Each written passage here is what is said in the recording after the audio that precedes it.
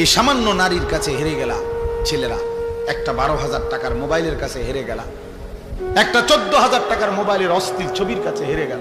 কোথাকার কোন নারী যার চিনো না শুনো না, তার কোনো চরিত্র নাই, আখলাক নাই, তার কোনো ইজ্জত নাই, আব্রু নাই।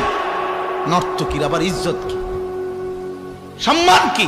তো বেহায়া, বেপর্দা, অসভ্য নারী, তাকে দেখে দেখে সুস্থ সবল একটা সুন্দর জীবন যে যুবক নষ্ট করে দেয়, তোর চাইতে বড় আহাম্মক আর কে হইতে পারে? বেটা বেউকুফ, কি দেখে নষ্ট করলি নিজের?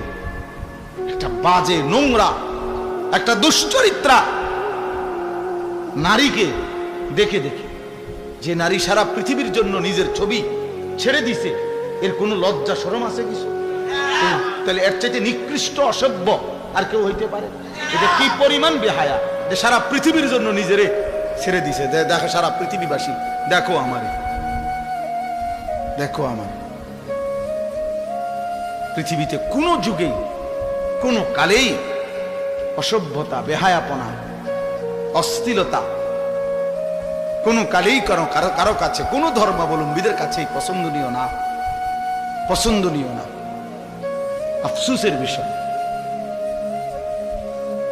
এই জন্য বাপ আমার, বন্ধু আমার, আমরা প্রত্যেকেই মনের চাহিদার বিরোধিতা করে আল্লাহর কোরআন এবং রাসূলের সুন্নাহ মতো চললে আমাদের আখিরাত নিশ্চিত। ইসলাহি মাহফিলের মূল ফিকির এটা, মনের চাহিদার বিরুদ্ধাচরণ। আমরা কিতাবের মধ্যে পড়ছি মানুষের মনের চাহিদা দুধ খাওয়া বাচ্চার মতো, বুঝছো? যে বাচ্চা দুধ খায় ওর মতো এই মনের চাহিদা মানুষ।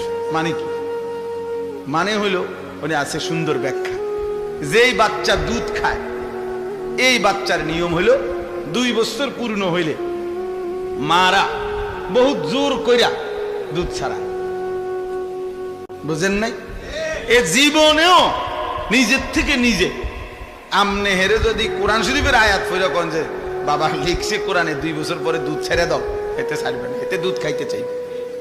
মায়ের বুকের দুধ সে ছাড়তে চায় না, তারে জোর করে মহিলারা, প্রত্যেক মহিলারা, যে সমস্ত মায়েরা বাচ্চাকে দুধ খাওয়ায় 2 বছর পূর্ণ হলে মায়েরা অনেক কষ্ট কইরা থাপড়াইয়া মায়েরা ফিরাইয়া কান্দে, ঘন্টার পর ঘন্টা বাচ্চা কান্দে, কিন্তু এরপরও তারে দুধ ছাড়ায়।